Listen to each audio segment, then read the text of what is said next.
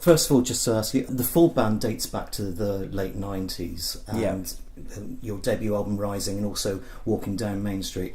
Great critical reviews, nominated for awards, few tours, but then it all went pretty quiet. What happened? The Rising days we just felt quite natural, we were all very young and we were just following the path that was in front of us, and then it started to get a little bit more tricky with the second album.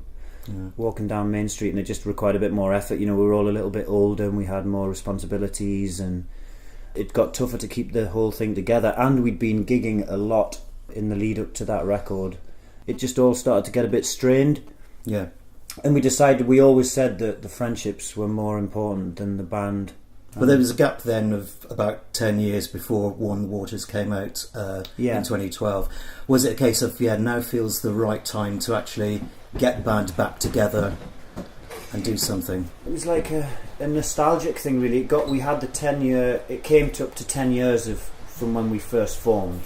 So we all decided, wouldn't it be lovely if we played our local town hall?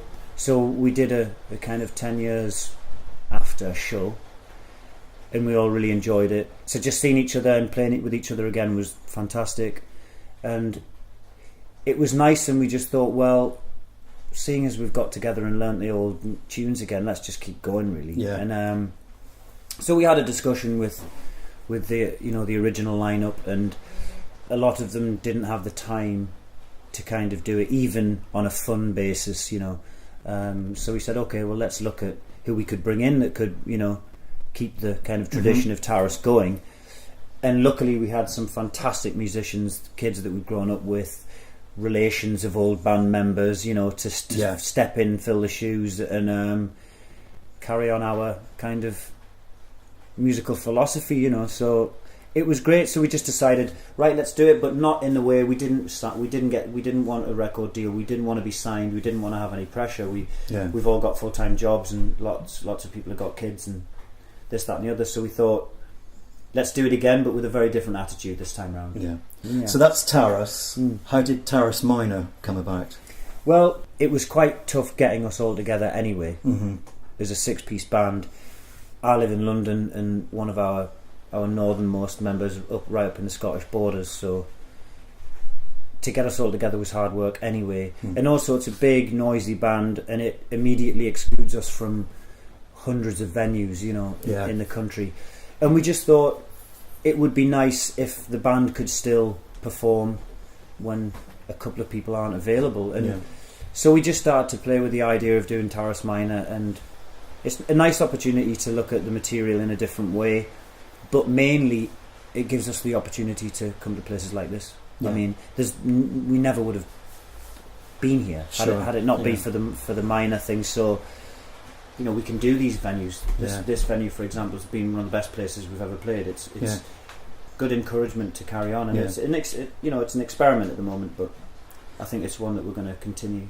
And in terms of set list, are the set lists between full band and Tarras Minor comparable? I'm assuming the trio gives you greater flexibility to try new things, different arrangements on songs. I think it will. At the minute, it's the other way. It's actually easier to do stuff with the big band. You've got more components that you can use. You've got more skills that you can rely on. It's actually been quite tough. The challenge for us three is to satisfy ourselves and each other, like in a musical way, with just the three of us. So it's a really good challenge. And I know the full band is working on a new album. Does Tarras Minor give you a good outlet to try those new songs on an audience? Another idea for the Minor thing was to get me, Rory and Michael together more often, so that we could actually get on with writing the record. And so that kind of sprung into the idea of the Minor thing anyway. It's quite easy for us three to get together.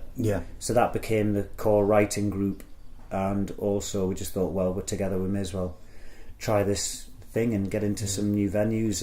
So that's exactly it. We rehearse for the Minor and we write the next record. In a similar way to trying out new songs on an audience as Tarras Minor, have you found with existing Tarras songs, when you've arranged them for a 3-piece, you've heard something's come out of that, and you think, hang on, why don't we take that idea back to the full band when we next do it live? Has it worked that way around? It hasn't yet. This is only our third Tarras Minor performance, so we're still kind of finding our feet a little with it. I'm sure it will filter through. For example, the next album will be a lot more, I can imagine it being a lot more interesting musically, rather than just relying on a big heavy back line, you know, and a heavier rhythm section. I think it'll be more intricate because we'll have written as an acoustic 3-piece, so it will change the sound of the bigger band, I think, doing this. Yeah. And could it come to a point where Tarras Minor supports Tarras? Certainly live? Financially, I reckon. Yeah, I think that's the way it'll go. Yeah, it just feels like that's the natural thing to do. Our drummer as well is just about to have his third kid, so he was hands in the air saying, "I'm not so sure how much work I can do for the rest of this year," and the timing just felt right to reduce it. So I think even when everyone's available again and we've got the new record, we're going to run the two in tandem, because I think it's just too good an opportunity to work. It's lovely to come to new, smaller venues and have a different approach, but you know, under the same umbrella. I think it's complementary. You know, I think it works. One other thing that's happened away from Tarras is your involvement in Warhorse. Yeah. How did that come about, and what was the experience like? What's the experience been like? It was a wonderful experience. One of the hardest things I've ever had to do in my life. To be part of something like that, to be part of a show, to be in a band of 36 was a very special feeling. You know, there really is a very strong team mentality, and every night you go on stage with each other and you rely on each other. It's live theatre, you know, it's that sense of camaraderie I'd never experienced before, and I can see why people get quite addicted to being in shows, because it was just an amazing feeling, you know, and a real sense of achievement every night when you do a good show. I'm so pleased I did it, you know, because I could have easily just chickened out, but I didn't. Was it quite regimented? Because obviously it's not just you, it's everything else is going on around you. I mean, I had to sing particular songs in particular places, but how I would interpret that from night to night would change a little. Right. Yeah. But there was a little bit of pressure, because obviously the actors and other cast members would take cues from me, for example, and I would also have to take cues from them. It wasn't like a normal performance where you're in complete control. For example, we worked a lot off each other, so in a particular scene, if something went wrong, I would have to buy time for them. So I would have to generate music or slow down or speed up, which was hilarious at times, but you didn't just regurgitate the songs every night, because things could change. A show could be could be 15 minutes longer than the previous night, because things go wrong. It's live, and there's lots of, because of the puppetry, it's very complicated. Literally, if the horse's leg falls off, you have to react, you know, and so we did. So it never became old, because it changed most nights. That must be quite a unique theatrical experience. I mean, can you see yourself doing something else West End if the opportunity came up? 100%, yeah. I'd love to do that. I've got a couple of ideas, and there's a couple of things that I'm going to hopefully go for and see if I get it, just because it was just such a fantastic experience. I could walk away from theatre now and be happy as Larry, but I think it was so good. I want to do it a little bit more if I can. But it does take a lot of time out of your life, and it doesn't really leave you a lot of time to do anything else. So I have to be conscious of that as well, because obviously it had an impact on the band being out for so long. But if I find time and if the right thing comes along, then I'll do it again for sure.